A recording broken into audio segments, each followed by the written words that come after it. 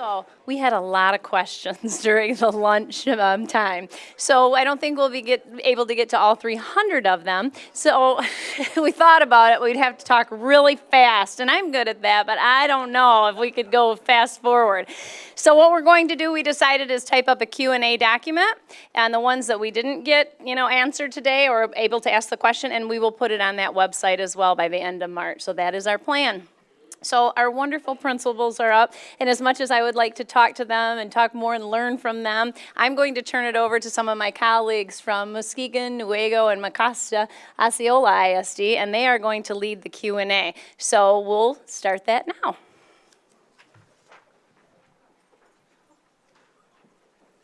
So we were able to categorize some questions into some themes, and we'll each kind of engage you with some of the themes that were emerging in all of the questions.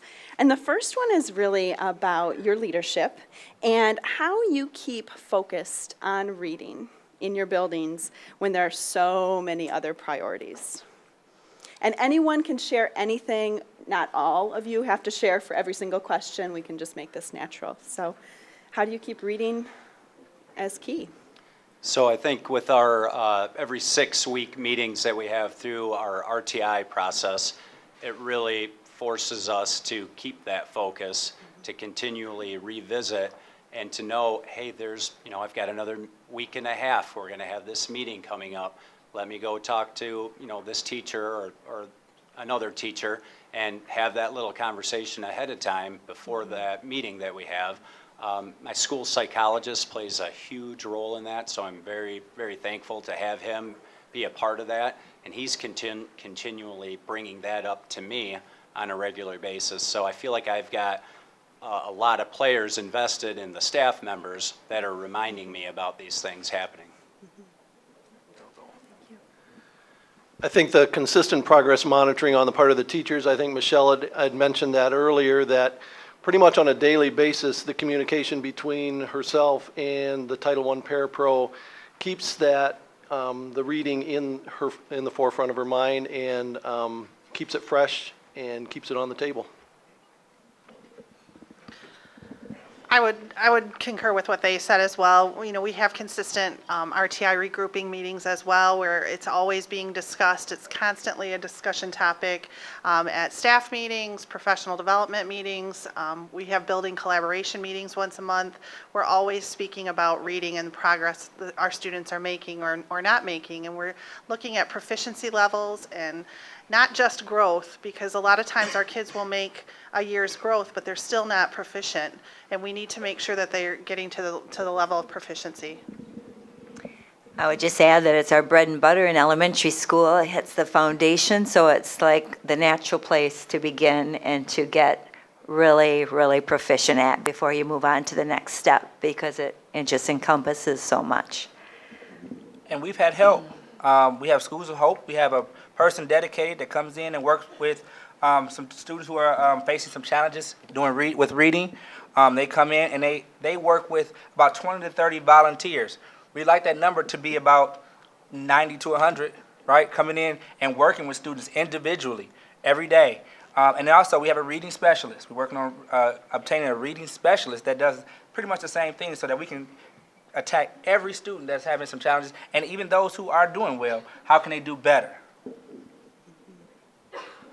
So your collaboration structures, the consistency of those, and what happens in the classroom, being that reading is your bread and butter. This is your culture, and that's how you've established that with those specifics. So thinking about culture, that happened to be the next question.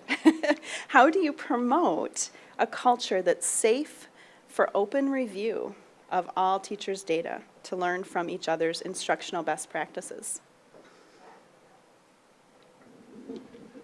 One of the things that I do is I right away share with all of the teachers, I own your data.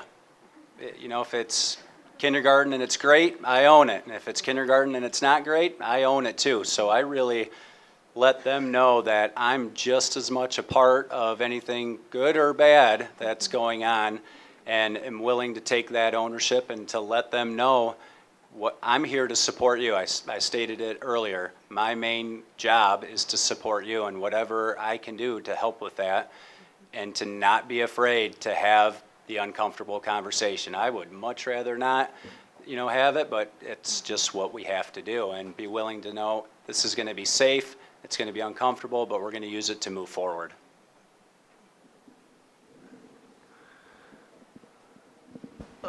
Using a lot of local data, the teachers spend a lot of time in their classroom monitoring the Renaissance Place materials, the accelerated reader, and the accelerated math as far as that goes as well. They use that, again, on a regular basis. It's kind of a work in progress for our district, working with professional learning communities, because we do have a spread out district. So that's one of our challenges. I think I even put that on my reflection sheet already, that it's a challenge for us to get our groups together as a grade level. We do a great job in our buildings, like I mentioned before, getting together as a staff, but I only have one kindergarten teacher, one second grade teacher, and so on. And so that's one of our challenges, is to work through that with our PLCs and get more comfortable talking about that data. One of the things that I think is important is creating this relationship between administrator and teacher. So it's 3 ways that I like to approach it. One is through classroom visitations, going into the classrooms and having the response be noticings and wonderings. It's not evaluative. This is what I'm noticing. This is what I'm wondering. And then providing feedback. Here's the feedback. This is what I saw. And being able to document that. This is what I saw. I saw 6 out of 12 kids doing this. The second one are learning walks. Learning walks, you get the teachers involved. You get teachers to be able to put them in a position to visit other classrooms and see what teachers are doing, and creating that feedback from there. And then our data dialogues, when we sit with some of the big wigs and talk about what the data looks like in the classrooms, in the building, and having that conversation. And when you have that type of cycle in place, that situation in place, you start to break down some of those barriers when you have those authentic conversations about data. So it starts with the leadership, and breaking down those barriers. It's by the time they get to the data dialogue, when the big wigs are there, they're very comfortable saying, okay, I own it. This is what happened. This is what we're doing. It's positive and negative. This is what we're doing. So that's kind of how, we like to do it. The analogy I would use would be, I feel like a coach, I just feel like I'm on that team with them, and they know I'm a teammate, and I will just do everything I can in my power to help them be successful as teachers. So if it's to help them stay focused, or if it's to help them organize, or it's to help remind them of what's important and what we want to accomplish, to keep that vision nice and clear and strong, that we can get everyone to grade level, it's those kinds of coaching aspects that I try to remind myself to do.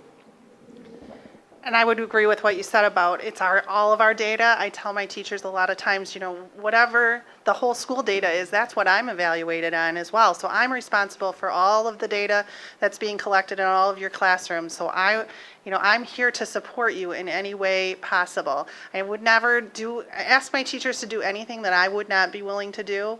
I try to be there with them and support them. They are doing the hardest work in the classroom. We are there to try to support them and give them the tools that they need so that they can be successful with our students. What's so fascinating for us today is that these are very diverse schools, very different from each other. Yet every single one of your responses, very specific and different, but it was all around relational leadership, as Mr. McGee named. You're leading that way. You're being transparent. That happens with data as well, and that's just the theme of your work. So, there's a follow-up question to that. When it's not so easy, what do you do to make sure that whole piece, that whole delivery of reading instruction is consistent? How do you work with staff so that we do see that consistency across classrooms and across grade levels? You're living it, but how did you get there? I will say that I said earlier, inspect what you expect. So if you're not in there looking and doing walkthroughs and evaluating what's going on in the classrooms, you can't expect it to change. You need to be watching, you need to be looking, you need to provide the supports that are necessary for teachers that are struggling. We provide outside consultants if necessary, classroom visitations to other classrooms. Can be set up easily. We try to provide as many supports as possible to teachers that are struggling. And then I have to say, also have the courage to do something about it when they're not improving. Just continuing to let a teacher not be effective year after year after year is not good for our kids. It's not earning you respect among the staff. It's very, very difficult to do, but if a teacher needs to move on and do something different, you need to have the courage to do that. And it's a lot of work, and we certainly are trying our hardest to grow every teacher, but not everyone can make it. And when they can't, we need to do something about it. I think that's a huge point, that now that we do analyze data much more individually and collectively, that when a person is, how do you say it, at the bottom of that ladder for a long period of time, you either have to help them or help them get out, one or the other. And we utilize a lot of peer coaching because, again, single section building, that's my life. And so, you know, everybody's kind of in a fishbowl, so there's a lot of peer-to-peer conversations that go on. And I guess one of my blessings is that I have a very seasoned staff, and so I don't spend a lot of time with young teachers at this point in time, which I'm sure is not sustainable as the years go on. They're going to start dropping off that top of the rung. But a lot of peer-to-peer relationship building, and when they hear it from a peer and they hear it from me, I think it sinks in better and it really drives them to change and improve. There's a saying that I'm sure most of you heard. Students don't care about how much you know until they know about how much you care. So one of the things I think when those conversations get difficult, I like to transform numbers and scores into pictures. And so instead of it being this score or this group of students, put a picture to that number and say that, you know what, when we're missing the mark, little Johnny is missing the mark. Little Sarah is going to be the one that won't graduate based on research. So instead of that number, transform it to a picture and tap into that heart that most educators, almost all educators, come into the profession for because they care. So tap into that care when it gets tough. And it's almost undeniable.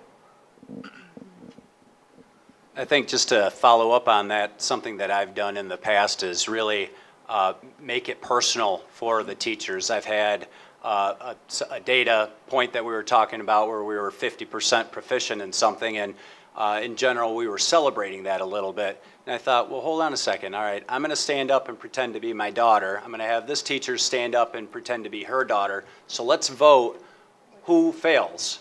Like, let's put it in that perspective. And I kind of sat there and it was awkward and it was quiet. And to really make it personal, and we talk about every child every single day, and when you can personalize it, we can't leave anyone behind. That's our job, that's our responsibility.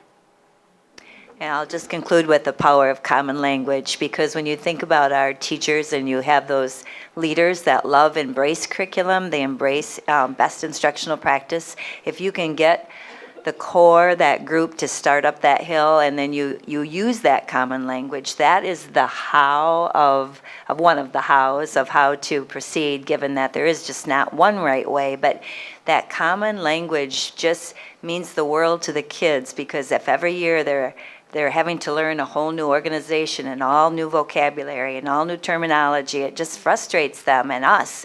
And so I just think knowledge is power, and if we are using the best practices and we all agree on them and talk about them each week and try to get better at them, there is a lot of leverage with that. Thank you. Nicole?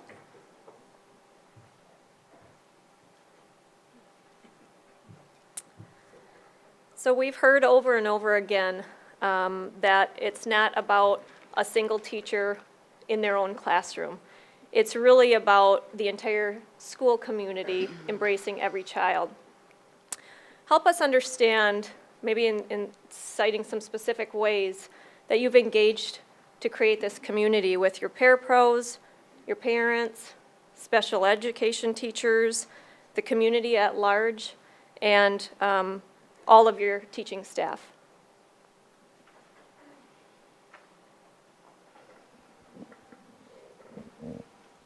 I guess I'll hang on to that seasoned staff approach again, where we're a small district, we're a rural district, and it seems that many people come and many people stay. I graduated from Lakewood. I came back to Lakewood. The teacher that I brought with me graduated from Lakewood, came back to Lakewood. The superintendent graduated from Lakewood, came back to Lakewood. And so that's kind of where we're at. And we've known each other for years. We've known the communities for years. We're small communities. And so over those years, just built relationships that allow us to jump in the deep end of the pool when somebody needs help and celebrate the good stuff like today as well. Just has worked for Lakewood really well over the years, and I appreciate that part. I think there needs to be a true sense of family and having everyone's back in the building. How you create that, it's always difficult to answer that question. Everyone always wants to know how did you create that culture? The culture was there when I took over the building. It was ingrained in the people, but I can tell you that the staff has almost turned over almost completely in my time there. I've been in the building for 5 years now, and the culture is still ingrained in the building. It's about getting the right people on your staff and having them work together collaboratively, because they do have to constantly collaborate. Special education, English language learners, the paras, everyone in the building has to be there and have the right intention and be there for students first and foremost. One of the fun ways I think that we have used has been to have a theme. So we are dreaming big this year. Well, last year we dreamt big, and then this year we're dreaming big, improving it. So, for example, the kids are involved in that too, and their pictures are on the walls of every classroom, and they have put their future career opportunity or choice up there. So if it's to be a doctor, then they would have to prove that they're going to become better readers this year, and they're going to get to level S or T or whatever it might be.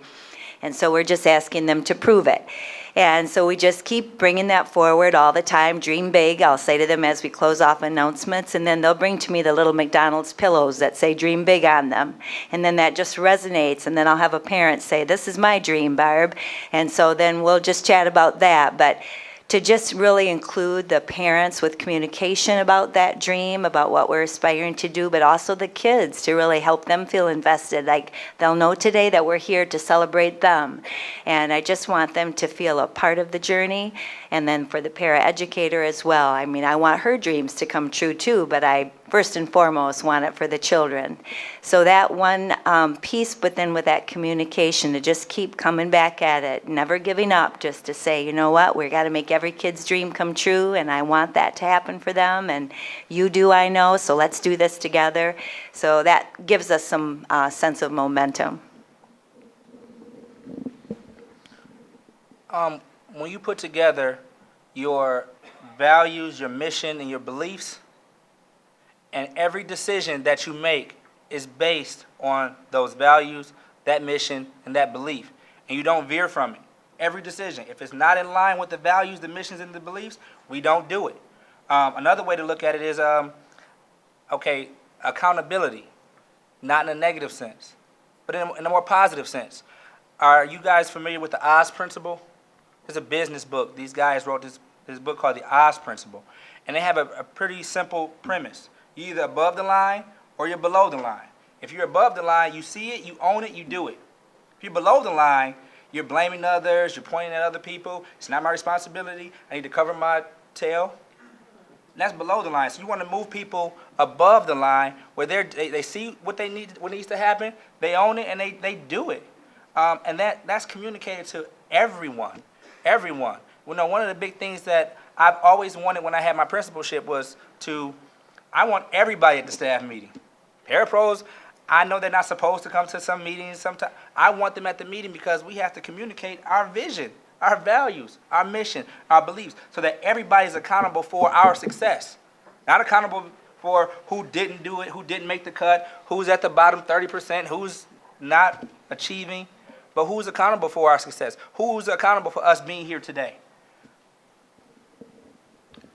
I think consistency is a big part of that, making sure that you're not jumping from place to place and from opportunity to opportunity.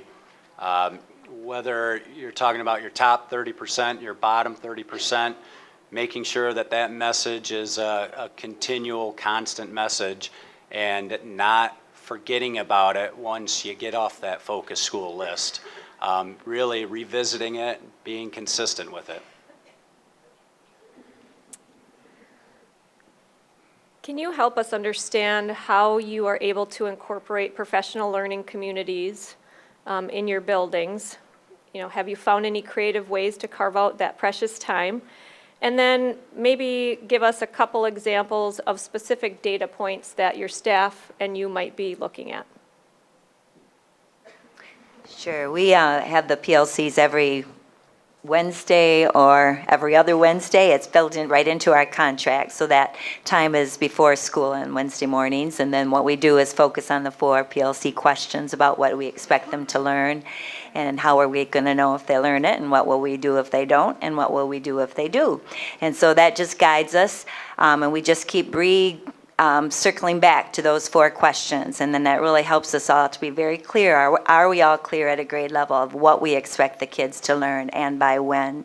And then we're accountable for that data as well, so that in our school improvement plan, it's not just pretty words in a binder on a shelf, but we really try to make that a practical document that really is alive and that we are accountable for following through on, and then we turn those in every trimester to show that we have used best practices and to show our data right there that we can evaluate.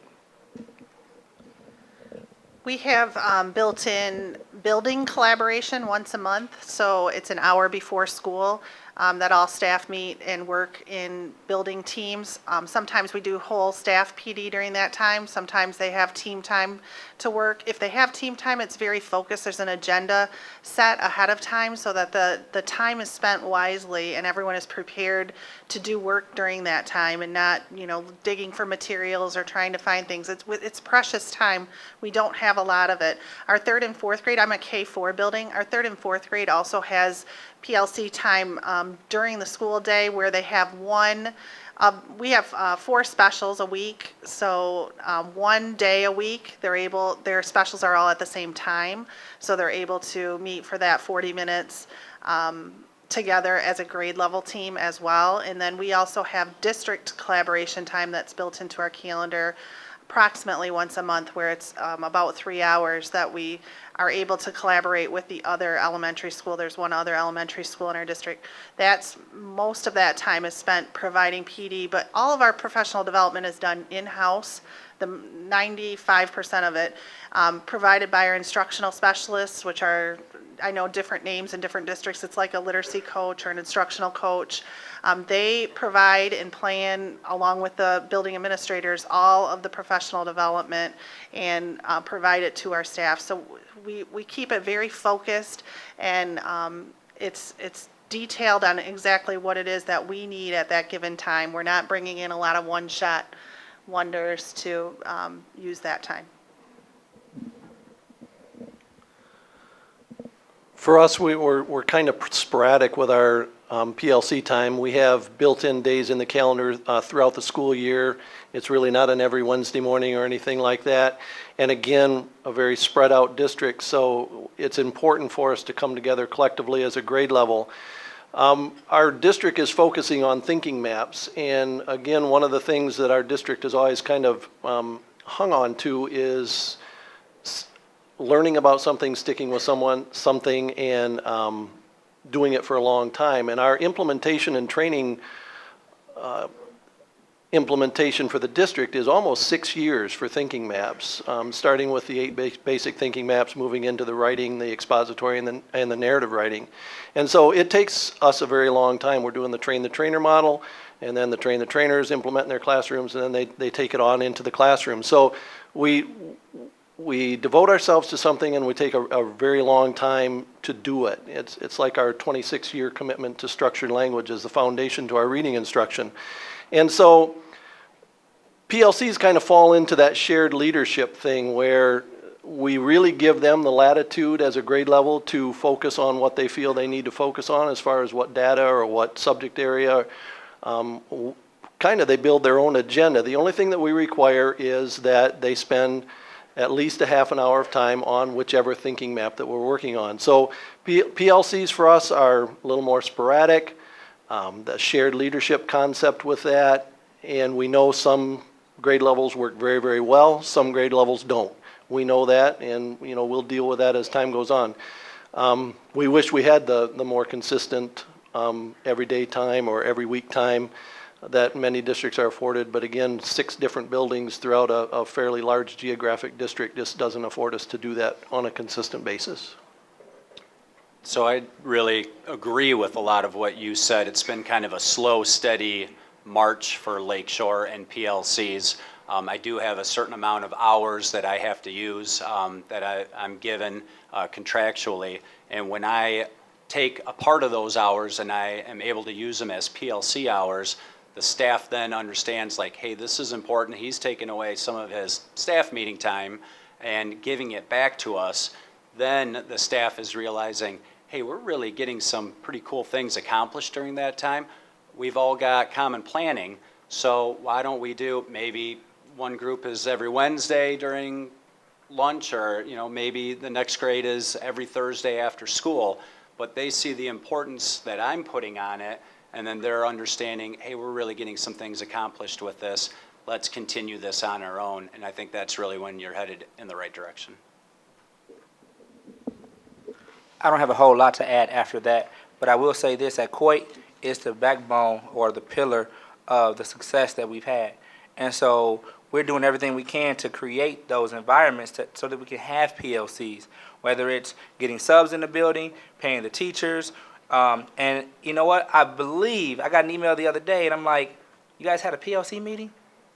That's awesome. When did this happen? I didn't even know, but it happened. And they didn't have to have a conversation with me. They just did it, But despite the red tape, despite all the other things, that they just did it, So I know it's the backbone of our school, and the teachers know that, and they make it happen. Yeah, I just got to add a little bit to that. Just last weekend, I'm getting text messages on Saturday from one of my grade levels. I'm like, what in the world are you guys doing? Well, we're at school. We're meeting right now. We're having a conversation about this on a Saturday. This was the best time for us to meet. And I was like, well, that's fantastic. Have a good time. I'm going to stay home with my kids. Thank you. I'm going to turn it over to Karen.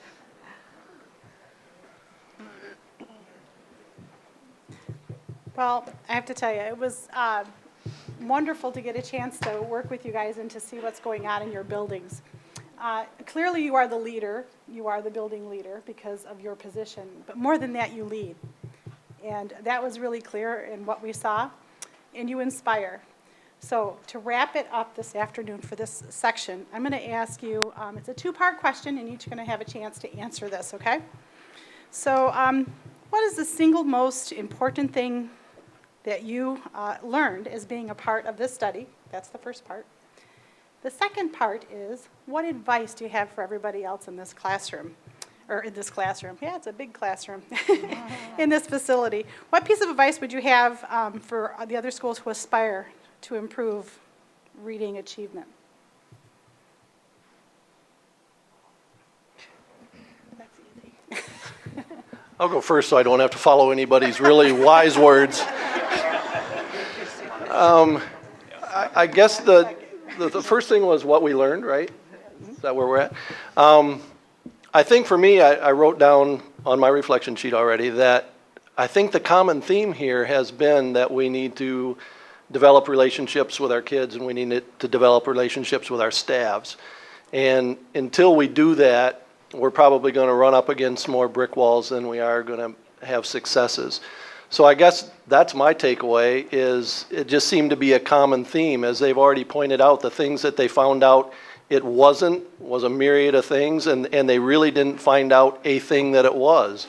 And so the common theme that I took from it is we've got to build relationships, and I feel that we do where I work, and all the way from the top to the bottom. And so that's my takeaway. What was part 2 of the question? Oh, our advice to you guys. advice. Golly. Yeah. I guess the thing that I thought of just a second ago while we were going around the table was, we were talking about student success and student expectations and things like that. And going back to the single section buildings, I know I've said that a lot. There's many times when we get data back, especially from the state, that doesn't have any demographical breakdown because we don't have enough kids in a certain category to break them down. There's not 10. I think there has to be 10 or 30 or something like that. And so very rarely do we get data broken down other than male or female. And so our expectations are the same for all the kids. We really don't have a lot of goals broken down by demographics at all. It's just all students. And I guess that would be my advice, is to think about all students. So what have I learned through this process? Well, I think it makes you sit back and reflect on the great things that are going on in your building, because sometimes there is still a lot of work to be done, and I think you would all agree that none of us feel like we're this great school that's achieving. On one measure, we look higher possibly than other schools like us, but that's one measure, and we all know that we still have a lot of work to do on a daily basis to get our students where they need to be. And so it does give you an opportunity, being involved in a study like this, to kind of reflect on the good things that you are doing and to share those with your staff, because I think sometimes we focus too much on what we need to improve and we don't celebrate enough the good things that we're doing. So it gives you an opportunity to step back and reflect on that. As far as advice, I certainly don't think I have all the answers or am doing everything perfectly. I would say that we have a lot of schools visit because we're high poverty and high performing. The first thing that they always want to know is, what programs are you using? And it is not about the programs. Programs have come and gone over the years, and it is not about the programs. It's about the collaboration and the relationships and the willingness to ensure that every single student is a priority and can learn. I love the positive nature of this whole study. The fact that there's 5, I think that's wonderful that we could find those 5, or you could find those 5 common threads, because there isn't one way, so that each of you at your own table, at your own district and building, you could think about, okay, these 5 things that were these common threads, okay, are we doing them? Do we have that bar set to 100% at grade level, at reading level? And then in each category, you could just ask yourself, okay, and that's the beauty of it. It isn't one way, and you can make it your way, but at least now you have these 5 wonderful hooks to hook your thinking around, and to know that, yep, they worked in 5 different buildings, and so there's some merit to examining them closely. And then if you think about the positive side of this all, I just love how if West Michigan could really take this ball and run with it, and that we could maybe invigorate the state. I think that's exciting right there. And then the whole inspirational part of the balance of our jobs, and I think that's probably what we all love about our work, is that it's so filled with variety, from the children to the curriculum to the parents to the teachers, and we have all these wonderful challenges before them, but to see that we get to do this job, and that it takes all that holding those balls all up in the air and keeping them all in balance, but to know that balance is the key. So it is going to be relationships, yes, but it is also going to be that rigor and that reflection and that relevance too, that you got to stay current and you got to just keep on it. Well, as far as what I learned, they summed it up.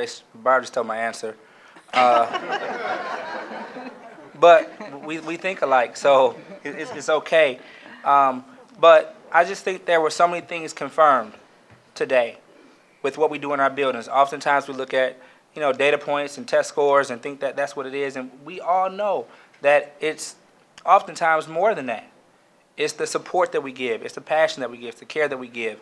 And in each school, you were able to see that and hear that and understand that. So that's one of the things that I saw that I learned. And as far as piece of advice, I have 3 things.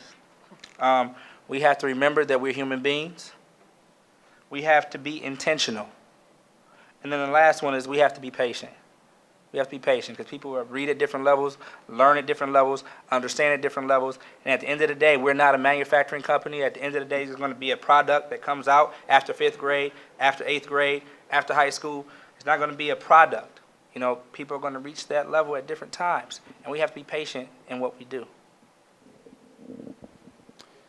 So it's definitely not one thing. That's what I've learned here. As soon as I was approached about this, I was thinking, this is going to be awesome. I'm going to steal from you, and I'm going to steal from you. And it's not one thing. It's RTI, it's PLCs, it's high expectations. It's every little thing that you put together that adds up. That's what helps you to get in that right direction. I think the biggest piece of advice that I would give, and I'd say I've gotten this from my leaders in the district, former ones and current ones, is to have high expectations. In our building, we typically have somewhere around 20 kids come into us brand new every year that are completely monolingual. And I have the exact same high expectations for that kindergartner as I do for, you know, my son who's in kindergarten. Have high expectations. If you don't, you're really cheating those children. Something else I just heard from one of my colleagues here today, principal at Zeeland, is keep everything in perspective. You did a really nice job of explaining that too. It's not a factory. Every child's a little bit different, and we need to really remember that and treat them that way. Wow. Impressive, hey? Thank you so much for coming up here and answering these questions. Again, there were a lot of questions that we weren't able to ask today, so you can watch for the FAQ to be posted out there. Before I excuse you guys, I'm just going to let you know, Michelle's going to come up and we're going to talk about that reflection tool that's sitting on your table next. So thank you so much.